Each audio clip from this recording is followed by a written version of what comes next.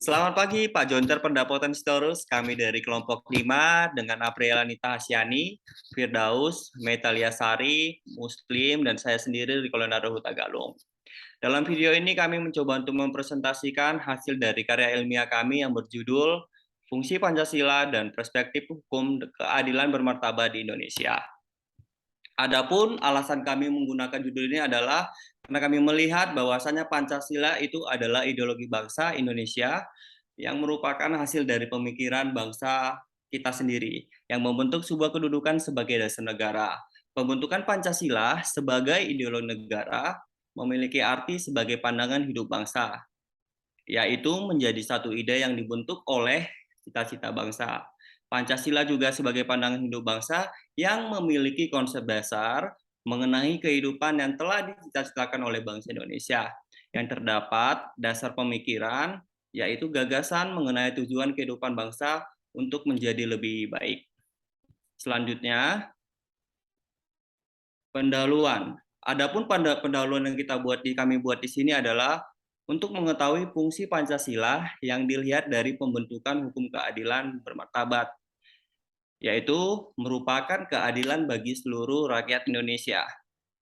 Dapat menimbulkan banyak persoalan, terutama dalam bentuk keadilan yang tidak sesuai pemahaman dan perwujudan dalam menentukan keadilan hukum bagi masyarakat Indonesia.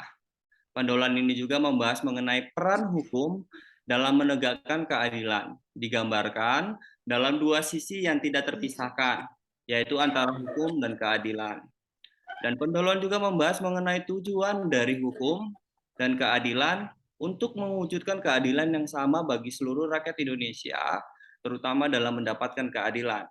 Terkadang dalam proses pencarian keadilan sangat sulit dan melewati proses yang sangat panjang dan tidak adil.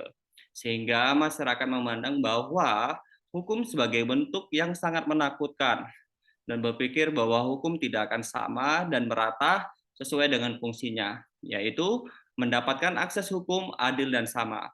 Jadi, kedudukan setiap orang di mata hukum adalah sama, tanpa melihat latar belakang dari yang meliputi sosial ekonomi seseorang.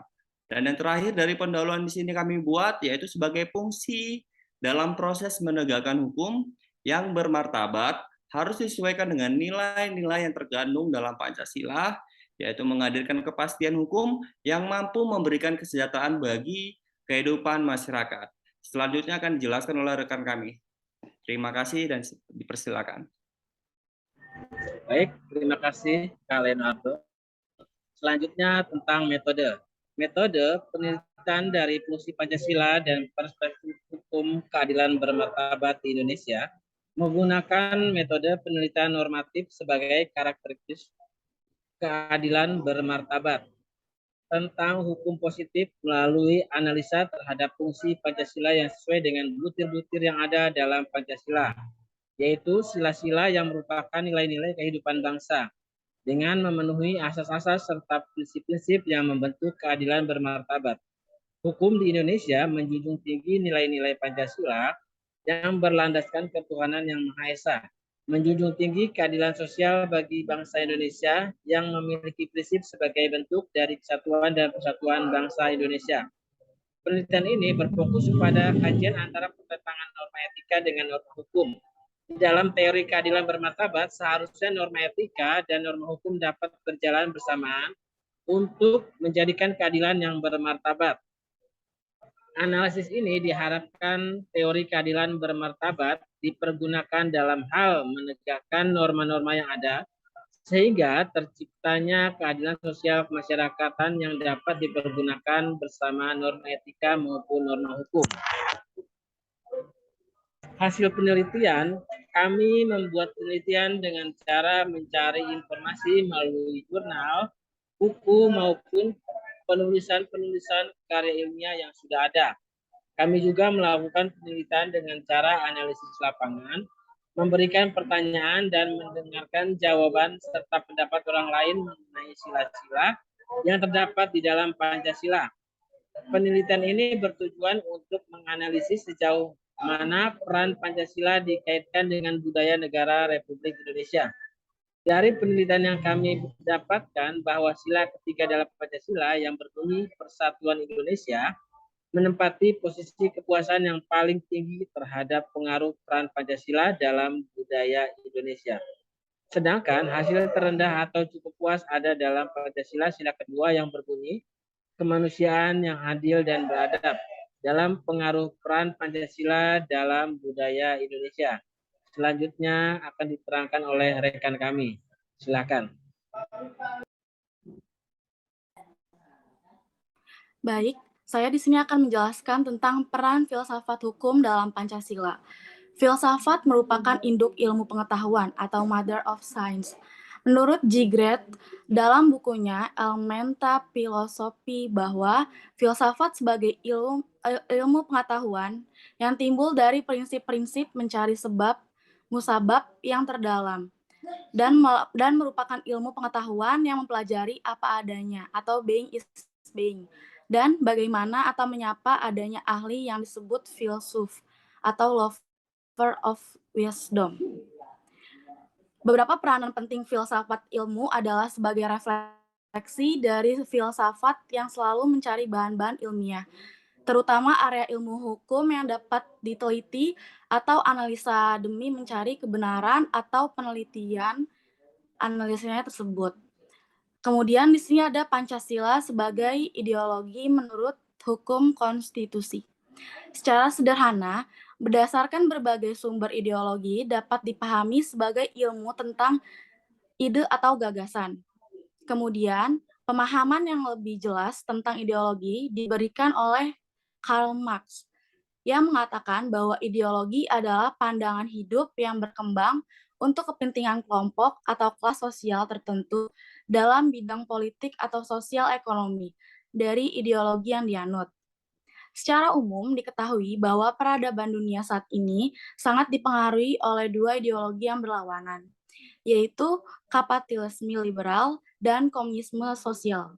Kemudian, ideologi ini memiliki pandangan atau pola yang sangat berbeda dalam konstruksi sistem nasional dan ketenagakerjaan. Ia juga mendapatkan popularitas karena ideologi kapitalisme diadopsi secara luas di negara-negara barat liberal. Kemudian, ideologi komunis diadopsi oleh negara-negara sosialis. Selanjutnya akan diterangkan oleh rekan kami.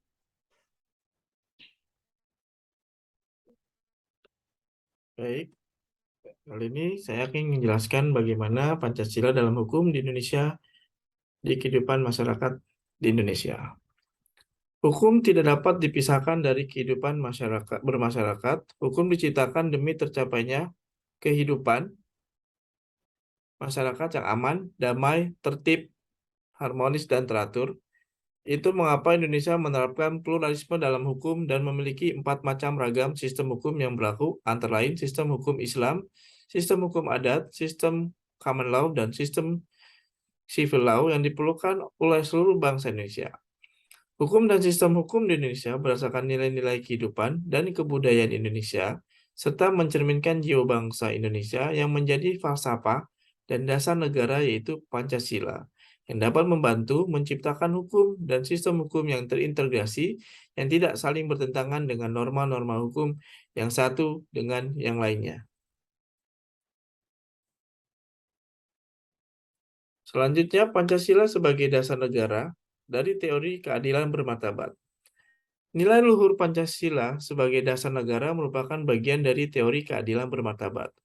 Ruang lingkup keadilan bermartabat menjelaskan semua asas dan kaidah dalam sistem hukum positif Indonesia yang berlaku. Menurut teori keadilan bermartabat, juga menelaah dan menyingkap lapisan hukum yang paling bawah, dan teori keadilan bermartabat mencatat suatu sikap dalam pembangunan sistem hukum berdasarkan Pancasila. Dari sini bawah, sistem hukum Indonesia yang tidak menganut secara mutlak, sistem statute law, undang-undang, dan terus berkembang kasus hukum yang terjadi di tengah masyarakat. Sistem hukum berdasarkan Pancasila tidak mudah dan terkecoh dengan visi yang demikian. Jadi, teori keadilan bermartabat berpegang pada perspektif sistem. Dalam perspektif teori keadilan bermartabat seperti itulah, jurisprudensi hanya berkarakter persuasif atau memiliki persuasive force of precedent. Teori keadilan bermartabat adalah produk dari suatu proses dari kegiatan yang secara mendasar atau radikal yang berlangsung dalam waktu lama dan terus-menerus. Selanjutnya akan dijelaskan oleh rekan saya. Oke, terima kasih. Berikutnya, saya akan menjelaskan kesimpulan dari kami. Penelitian ini bertujuan untuk menganalisis sejauh mana peran Pancasila dikaitkan dengan budaya negara Republik Indonesia. Dari penelitian yang kami dapatkan, bahwa sila ketiga dalam Pancasila yang berbunyi Persatuan Indonesia menempati posisi kepuasan yang paling tinggi terhadap pengaruh peran Pancasila dalam budaya Indonesia. Sedangkan hasil terendah atau cukup puas ada dalam Pancasila sila kedua yang berbunyi kemanusiaan yang adil dan beradab dalam pengaruh peran Pancasila dalam budaya Indonesia. Hukum dan sistem hukum di Indonesia berdasarkan nilai-nilai kehidupan dan kebudayaan Indonesia, serta mencerminkan jiwa bangsa Indonesia yang menjadi falsafah dan dasar negara, yaitu Pancasila yang dapat membantu menciptakan hukum dan sistem hukum yang terintegrasi, yang tidak saling bertentangan dengan norma-norma hukum yang satu dengan yang lainnya. Suatu ciri yang menonjol dari teori keadilan bermartabat adalah sebagaimana dalam melakukan penyelidikan terhadap yang menemukan kaidah dan asas-asas hukum melalui lapisan ilmu hukum sebagaimana yang telah dinyatakan. Teori keadilan bermartabat yang menjaga keseimbangan dari pandangan yang berbeda pada lapangan ilmu hukum yang ada dan tidak adanya pandangan yang berbeda di antara lapisan ilmu hukum itu sebagai suatu konflik. Sekian dari kelompok kami. Terima kasih.